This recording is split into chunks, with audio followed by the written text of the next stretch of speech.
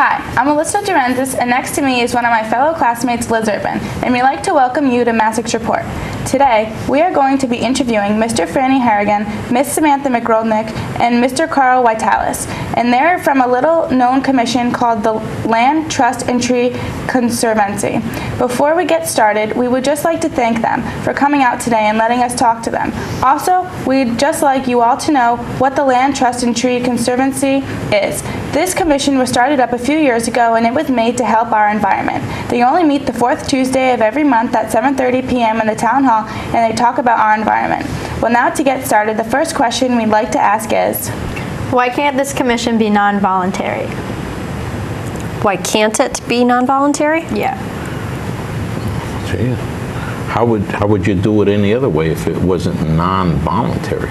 like, you guys, can you guys ever get paid for it, or do you guys? Oh, no, that's in our bylaws. No, this is completely, you do it on your own because you want to do it. It's not, there's no paid at all. If we do get any money, it goes directly right back into the organization. We don't accept anybody that wants to get paid. No, this is complete civil-minded. So it's voluntary, and we have applied for our nonprofit status, 501c3. So we're a 501c3 pending, and with that comes voluntary membership status, not paid positions. And non-political. Yep. Can't be, no politics at all involved. So. Is it possible for it to be part of the regular town government? No, can't, because then who's ever in charge, be it Republican, Democrat, or something, would it exert an influence on us? And we can't have that in our bylaws. And the 501c3 states you could lose your recognition if you're anything to do with a political party. You can't say vote for John or nothing. You can't. Strictly no politics at all. Exactly how do you guys plan your goals? Well, Carl can talk about this a little bit more, but the Monroe Land Trust and Tree Conservancy came from another organization that was founded 1965. Yep, in 1965. Do you want to talk a little bit about that? Well, the original land trust in 1965, that's probably before your parents were born, maybe. It was a group of people in town, civic-minded people, and they wanted to have a land trust. Conserve trees and, the open space. And it's what everybody moved to Monroe for. You walk out your door, trees, bushes, wildlife. So it was started in 1965, and it ran pretty good. I was the president in 2001, 2002. I became the president of that organization. But then I just don't know what happened. It sort of dwindled down, and then I met a couple people, and they seemed to have a lot more enthusiasm than the previous people, and we started back up, but we changed the name to the Monroe Land Trust and Tree Conservancy. And also, if I can just jump in, Sure. Carl, you asked about our goals.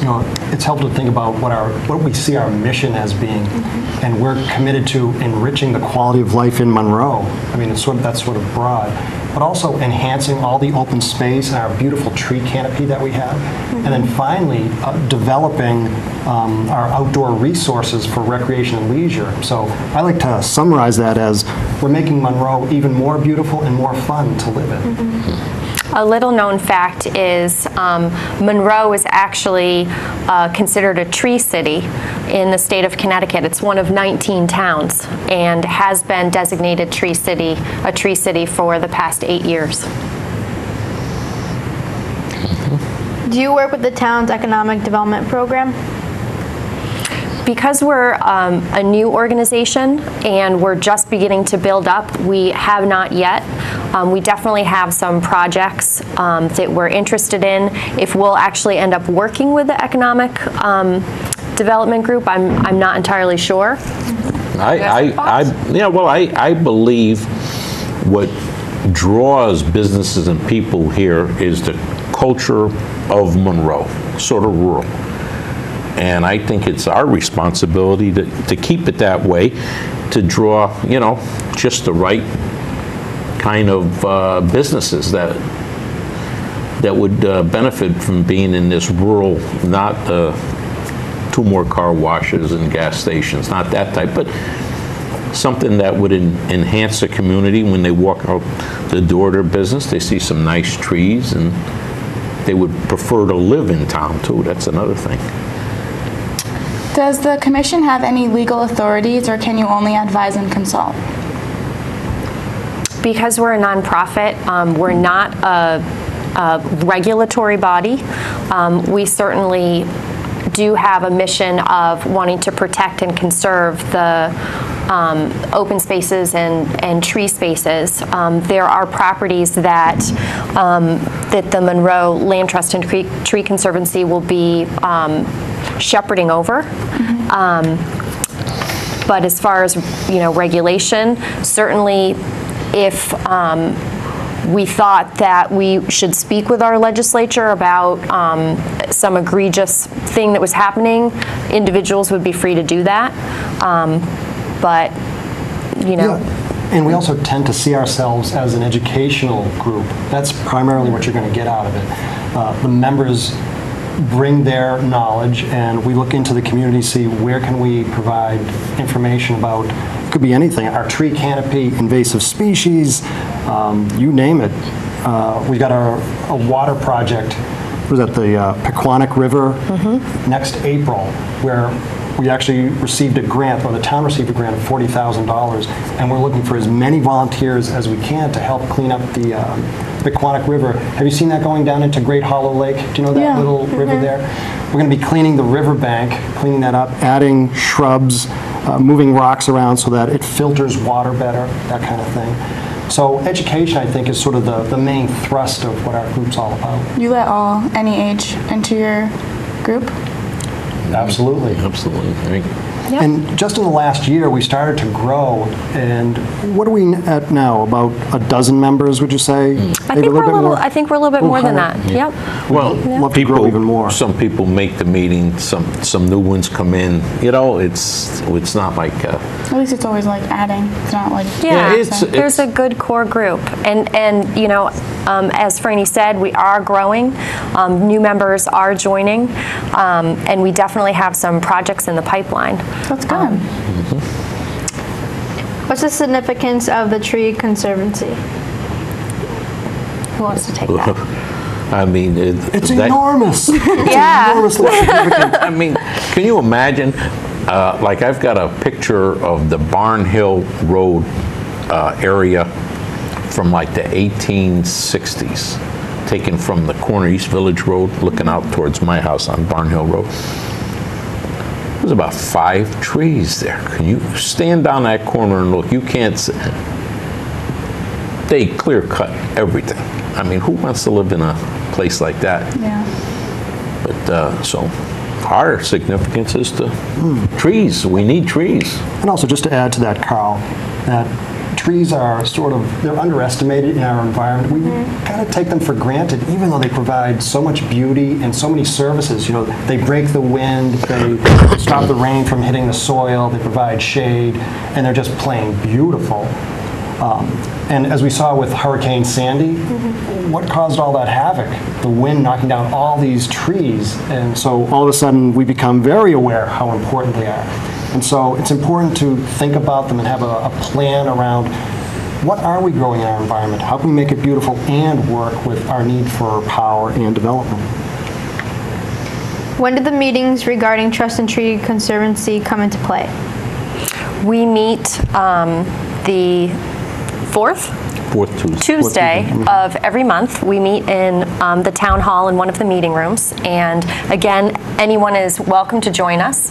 The meetings start at 7:30. Yep, you got it right there. But there is a membership fee. It's $5, although you're welcome to come and listen and without joining. Also, there's a huge opportunity for high school students. I know you guys have capstone projects. And also, if you're looking for community service hours, there's a huge opportunity to work with the Land Trust, whether it's doing some biological diversity mapping of lands that the Land Trust owns, if it's doing an invasive plant survey on those properties, or even working with us and working in the town. There's a 2-page list that the state of Connecticut has of invasive species. And you'll see them, like even driving down the Merritt, you'll see vines strangling shrubs and trees, and a lot of times those might be the trees that fall or are weakened. And those are things that are really important when we're looking at our environment in town and doing planning for protecting power lines and houses. These are things that need to be taken into consideration, and it's an area where high school students could definitely help.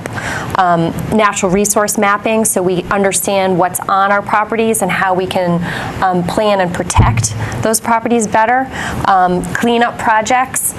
We also are going to be looking to build a website, so if there's students in graphic design or IT web design, huge opportunity for projects there, working with us. And not only will you learn as a student, but it's an excellent opportunity as you move forward in your career and college to have those items on your resume to show that you're able to work with adults and get some practical experience that's invaluable.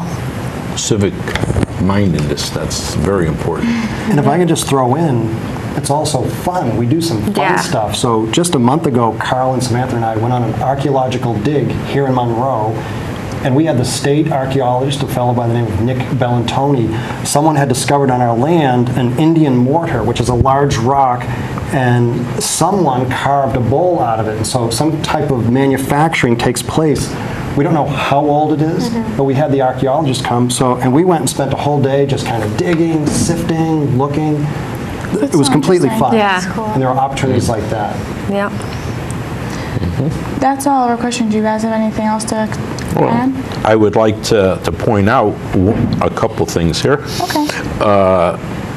I joined this organization in 1991, and one of the biggest accomplishments is the rails trails. Have you ever been on it? No. Is that right? It goes from Newtown on Pepper Street, and we're still after those people in Newtown to get us to go the last 1,500 feet all the way down through Bridgeport to the ferry boat. You could ride your bike on that. And walk. Yeah, it's a public trail. It goes through Trumbull, through Bridgeport, and Monroe is just about all done, but near Purdy Hill Road has to do some work to get around. The garage is over there, but for all practical purposes, you should be able to start in Newtown on your bicycle, or if you feel like jogging or running, go all the way down to Bridgeport, jump on the ferry boat, and go to Long Island. That's so neat. Yeah, and I know it could be done because I did it. I did it. And we have a piece of land on the corner of Hattertown Road and Guinea Road. It's over 14 acres, and that's open space. And there's a plaque on a rock just about as big as this table where it was donated.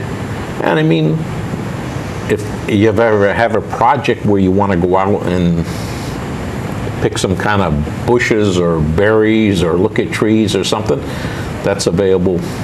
It's not hampered by any restrictions other than you can't leave any refuge behind or stay overnight or anything.